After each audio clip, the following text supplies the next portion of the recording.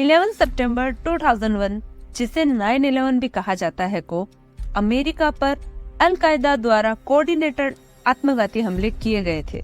उस दिन सुबह 19 अल कायदा आतंकवादियों ने 4 कमर्शियल पैसेंजर जेट एयरक्राफ्ट को हाईजैक कर लिया। किडनैपर्स ने जानबूझकर उनमें से 2 विमानों को वर्ल्ड ट्रेड सेंटर यानी न्यूयॉर्क शहर के ट्विन टावर के साथ टकरा दिया, जिससे विमानों पर सवार सभी लोग तथा बिल्डिंग्स के अंदर मौजूद अन्य लोग भी मारे गए। दोनों बिल्डिंग्स 2 घंटे के अंदर ढह गई। पास की इमारतें भी नष्ट हो गई। किडनैपर्स ने तीसरे विमान को वर्जीनिया में पेंटागन से टकरा दिया। चौथी विमान के कुछ यात्रियों एम फ्लाइट के पायलट्स द्वारा फ्लाइट को नियंत्रण में फिर से लेने के प्रयास के बाद विमान ग्रामीण पेंसिल्वेनिया के पास एक खेत में जा टकराया। किसी भी फ्लाइट में कोई भी जीवित नहीं बचा। अल कायदा नाम के आतंकी संगठन ने इसकी जिम्मेदारी ली। इसे दुनिया के सबसे खौफनाक आतंकी हमलों में गिना जाता है। इसका मास्टरमाइंड था ओसामा बिन लादेन और अमेरिका की सुरक्षा एजेंसियां तभी से उसकी तलाश में लग गई। मालूम हुआ कि ओसामा का ठिकाना अफगानिस्तान के जलालाबाद से 30 मील दूर तोरा बोरा पहाड़ियों की गुफाएं थी। अमेरिका ने अल कायदा को निशाना बनाते हुए इस इलाके में हवाई हमले शुरू कर दिए। अमेरिका यहाँ B-52S नाम के बम वर्षक विमानों से रोज 20-30 बम गिरा रहा था। ग्राउंड पर CIA अफसर की गाइडलाइन से अफगान फोर्स भी लादेन के अल कायदा आतंकियों पर हमला कर रही थी, मगर CIA के हाथ लादेन नहीं लगा। वो इन हमलों के बीच अफगानिस्तान छोड़कर पाकिस्तान में दाखिल हो गया। सड़क के रास्ते जाना मौत को बुलावा देना था, लिहाजा वो पहाड़ियों के किनारे किनारे होते हुए पाकिस्तान पहुंचा। इसका खुलासा बाद में गुआंतनामे बे में बंद अल कायदा आतंकी ने किया। लादेन ने भी तोरा बोरा के अपने अनुभव को 2003 में अल जजीरा टीवी पर ऑडियो टेप के जरिए शेयर किया था। CIA लगातार खोजती रही, मगर लादेन अमेरिका के हाथ नहीं लगा। 2005 में एक अहम सुराग मिला। वो था लादेन का डाकिया। इसका नाम था अबू अहमद अल कुवैती। CIA ने पाया कि कुवैती वही शख्स था जिसके बारे में तोरा बोरा की गुफाओं में पकड़े गए अल कायदा के बाकी आतंकियों ने बताया था। अधिकारियों ने उसका ईमेल और फोन का पता लगाया तो उसका असली नाम शेख अल अहमद पता चला और ये भी मालूम हुआ कि वह पाकिस्तानी मूल का था। जुलाई 2010 में अमेरिका की सुरक्षा एजेंसियों ने उस शख्स द्वारा यूज किया गया सैटेलाइट फोन पकड़ा। अगस्त में यह शख्स पेशावर में दिखाई दिया और इस पर CIA ने पैनी नजर रखनी शुरू कर दी। इसका आना जाना लादेन के घर बना रहा, जिसकी पुष्टि अमेरिका की सैटेलाइट्स ने की। ये सैटेलाइट्स 24 आवर्स लादेन के उस घर पे नजर बनाए हुए थी। घर की बनावट, लंबी ऊंची दीवारें और बालकनी में भी दीवारें आदि से उनका शक और ज्यादा गहरा होता गया। CIA ने कैमरे और टेलीफोन लेंस की मदद से उस घर के भीतर की आवाज को रिकॉर्ड करने की कोशिश की तो पता चला कि इस घर में न तो इंटरनेट की सुविधा है और न ही फोन की।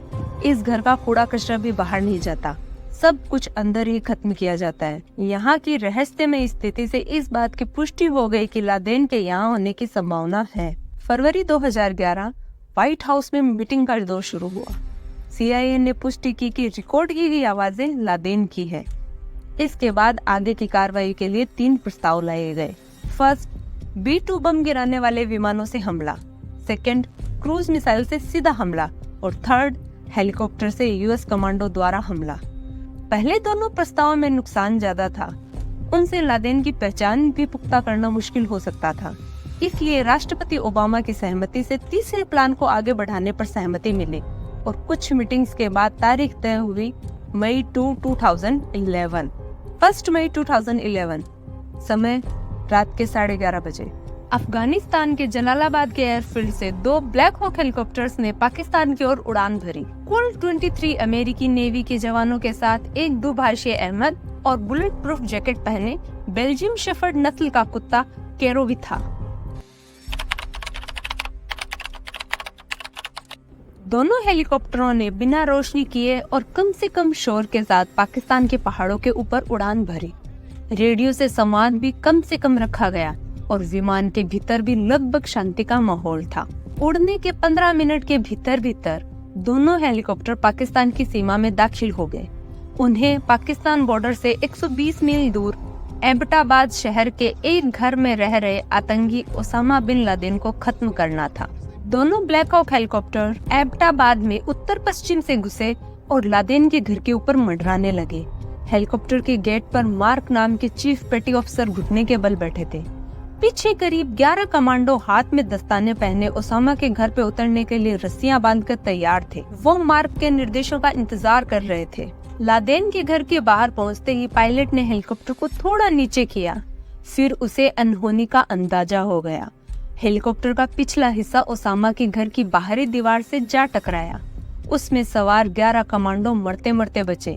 जवानों ने फौरन प्लान बी एक्टिवेट कर दिया। CIA प्रमुख पेनेटा को दुर्घटना की सूचना अफगानिस्तान में CIA के स्टेशन चीफ एडमिरल मैक्रेवन ने दी। द न्यूयॉर्कर की रिपोर्ट के मुताबिक मैक्रेवन ने कहा, सर, हमारा एक हेलीकॉप्टर क्रैश हो चुका है और इसलिए प्लान बी पर काम करना शुरू कर दिया गया है। हम ऐसी स्थिति के लिए तैयार थे और जवानों को मालूम था कि उन्हें क्या करना है। CIA ने 2 चिनूक हेलीकॉप्टर अफगानिस्तान के बॉर्डर पर तैनात कर रखा था। यह प्लान था कि अनहोनी की स्थिति में इन्हें बुलाया जाएगा। उसे भी सूचना दे दी गई। क्रैश हुए हेलीकॉप्टर के 4 जवान, दुभाषीय और कुत्ते केरो को लादेन के घर के कंपाउंड में ही रोक दिया गया। केरो खास तौर पर ट्रेन किया गया कुत्ता था जिसे बाहरी लोगों को न घुसने देने की ट्रेनिंग दी गई थी। मार्क के साथ 6 जवान घर में घुसे। अगर हेलीकॉप्टर क्रैश नहीं होता तो ये लोग सीधा लादेन की घर की छत पर उतरते। इधर लादेन अपने ही कैदनुमा घर में फंस चुका था।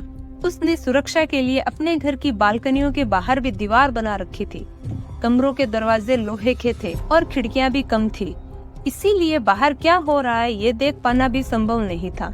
सेना के जवानों को लादेन के घर के भीतर क्या है इस बारे में कोई अंदाजा नहीं था। मार्क और उनकी टीम घर के भीतर घुसी तो थोड़ी हलचल सुनाई दी।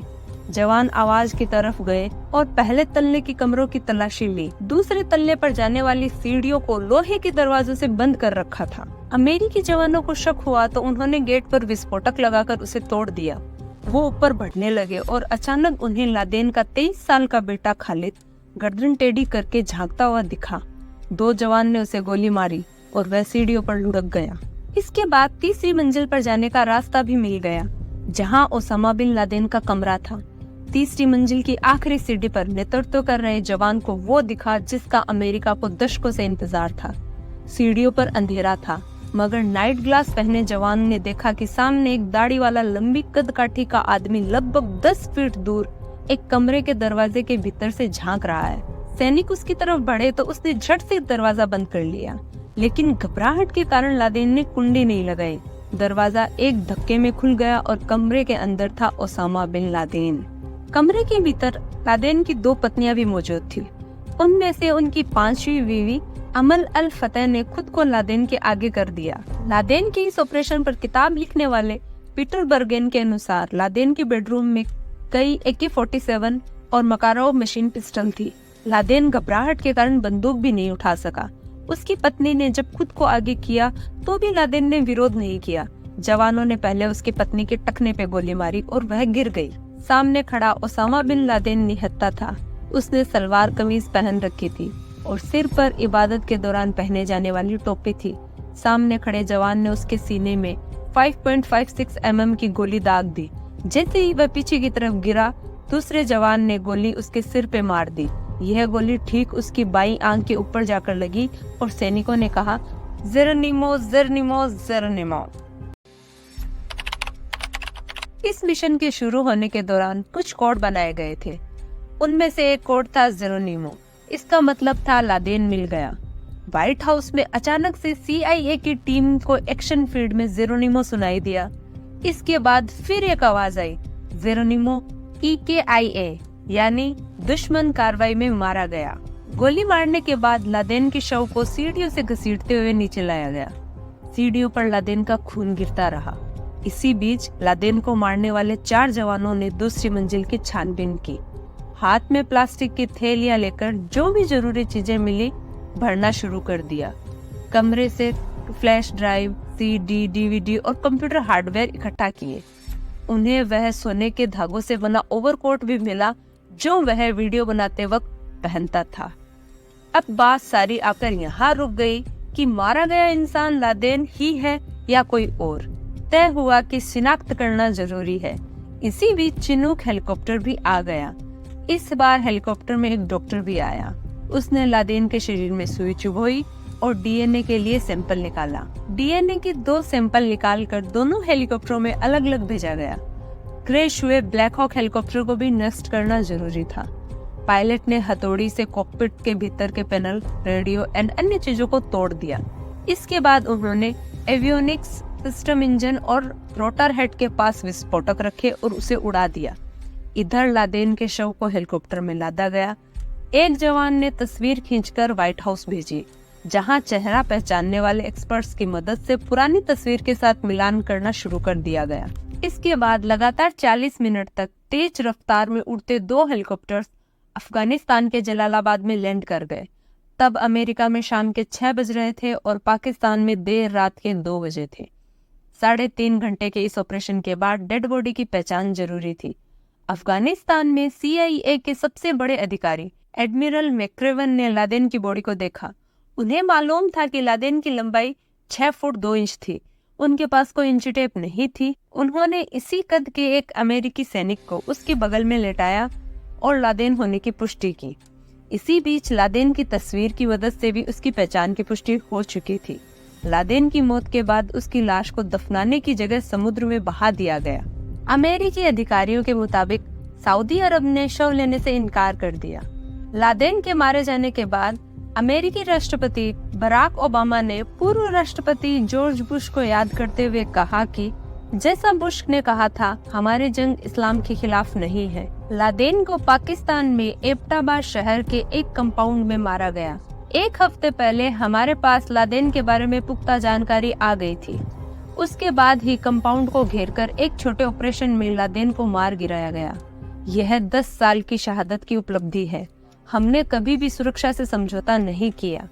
अल-कायदा से पीड़ित लोगों से मैं सिर्फ यही कहूँगा कि न्याय मिल चुका है।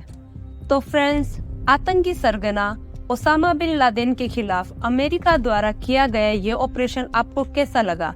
क्या भारत को भी आतंकी हाफिज सईद के खिलाफ ऐसा ऑपरेशन करना चाहिए? अपने विचार हमें कमेंट सेक्शन में जरूर बताइए और वीडियो अच्छा लगे तो लाइक कीजिए और अपनी कम्युनिटी में शेयर कीजिए। और अभी तक चैनल सब्सक्राइब नहीं किया है तो सब्सक्राइब भी कीजिए और बेल बटन भी दबाइए।